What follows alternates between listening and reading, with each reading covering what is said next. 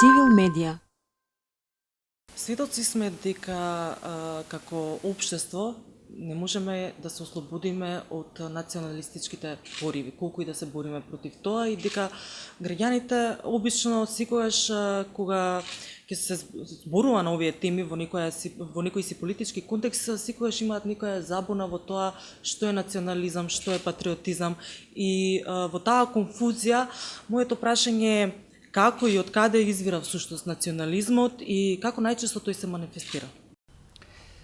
Жалосно е, но ќе констатирам дека национализмот извира од нас, луѓето, значи исклучиво од нас, и е чудно како тој се негува и колку е тој заразен и како се пренесува, но го негува политиката, но го негуваат и многу истакнати јавни личности, академици, професори, универзитетски,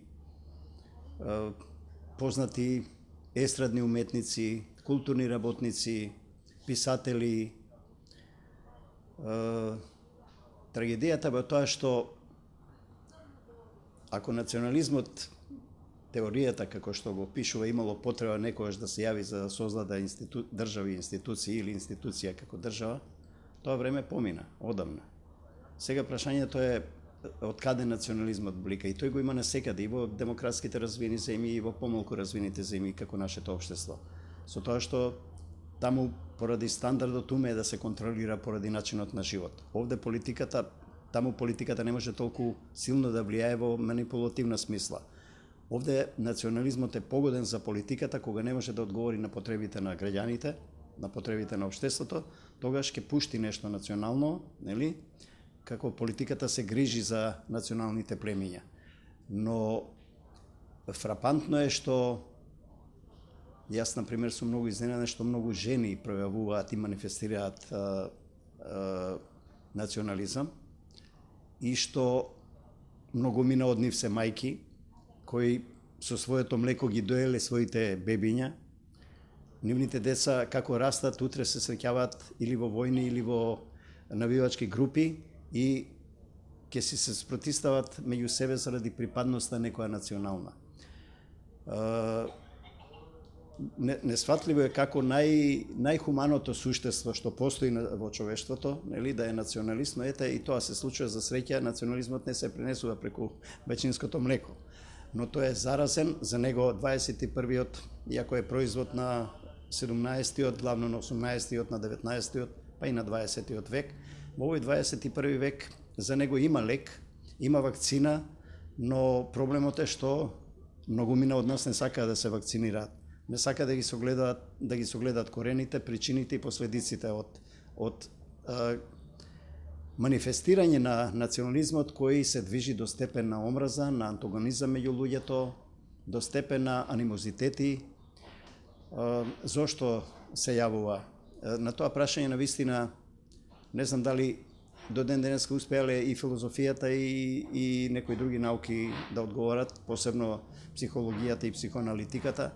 Несфатливо е зошто се јавува национализмот, затоа што луѓето имаат потреба веројатно да веруваат во нешто или да се групираат во нешто, им треба лидер, им треба водач. Ако тој водач со националистички манири и ако за тоа погодува општествената клима, национализмот ќе бруи. И со тоа се инфицираат и многу млади луѓе, но жалосно е што него го манифестираат во името на нацијата, на националното, на таа национална некоја измислена гордост, што тоа го форсираат ајде покрај политичарите и многу уметници го нагласуваат повеќе од колку што е тоа потребно. Помина времето на еднонационални држави, сега сите држави, сите општества се главно мултикултурни. Точно е дека некои нации се подоминантни и од таму чувството за пројава на национализам дека може да бидат помоćни на сметка на други. Тоа е на веројатно човечко, природно, племенско останато уште од праисторијата, дека ние сакаме како племе да бидеме заедно, да се бориме за два поима, за територии и за ресурсите во тие територии. И ден денеска тие процеси во светот се одвиваат, но за да има агресија, потребен е национализмот, нели, на политиката, за да може да го обедини племето во борба против друго племе. Но несватливо е ова што велам, како многу уметници, свештеници, јавни личности, па и новинари културни работници, до степен на академици, на научници, на луѓе кои се едуцирани. Национализмот им е нешто посебно. За нацијата се подготвени да даваат радикални изјави кои потекнуваат и кои младите или обичните луѓе кои не се занимаваат со теорија, со наука, со политика, тоа го примаат како некоја животна потреба на опстанок. Тоа е таа лажниот патриотизам. Или прашањето на дозиран национализам или на позитивен национализам. Не постои позитивен национализам и не постои дозиран национализам. Национализам е национализам во дадени околности обштествени. Тој таков дозиран може да изблика во радикален национализам и до конфликти.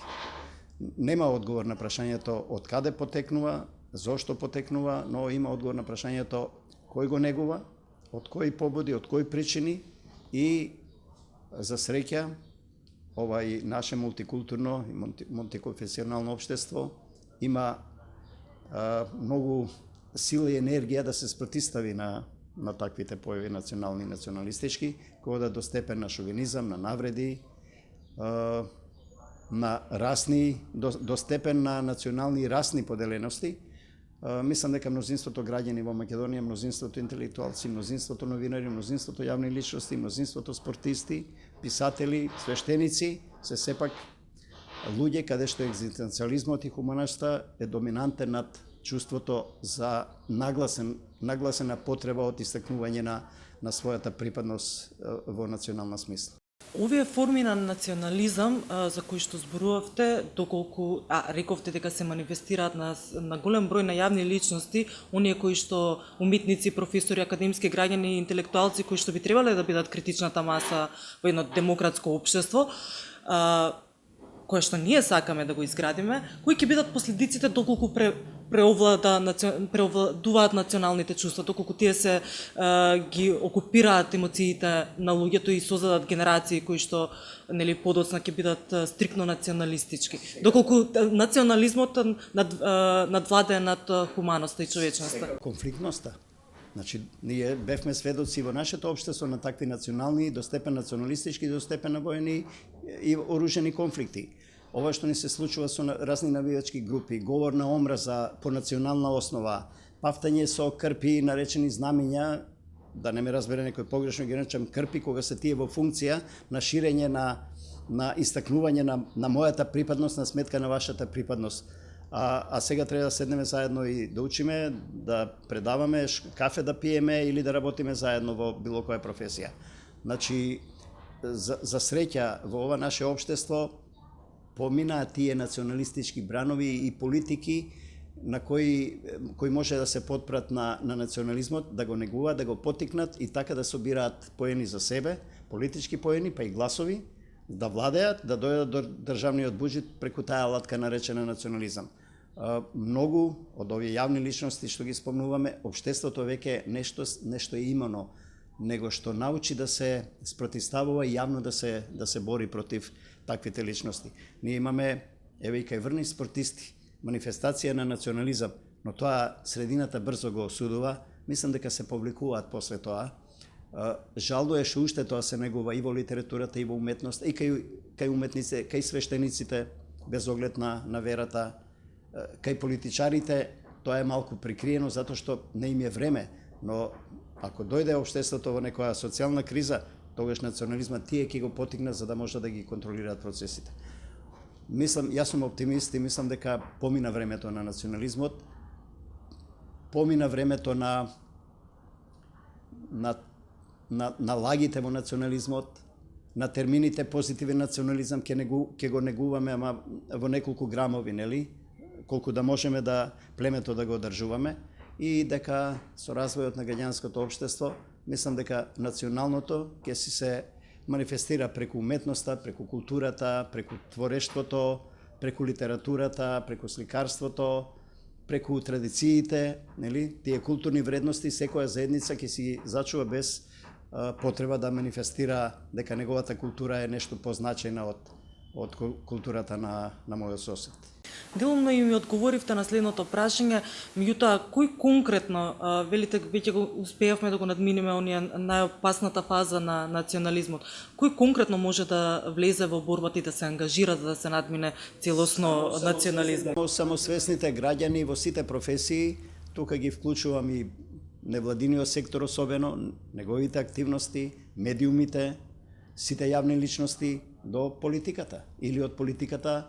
Ако тие сакаат да се гледаат политичарите горе, од политиката надолу до нас обичните граѓани или до сите оние кои имаат јавен пристап. Многу е важно авторитетите, тие што се најдобри во спортот, тие што се најеминентни во уметноста, тие што се најпризнати во културата, тие што се најавторитетни во писатели, тие што се маркантни политичари, ако сакате. Тие се носители на таа борба против национализмот. Тие треба на нам луѓето да ни ги објаснуваат негативните страни на тие несакани пројави во општеството, кои сведоци сме и низ историјата, ама и ден денеска, па и овде кај нас, среќа на мали, условно да речем контролирани инциденти, што можеби некој во некој кабинети ги потикнува, е сведено на минимум. Но опасноста секојаш постои во секоја социјална криза, во секој период на евентуална социјална криза, национализмот може да букне и да ескалира.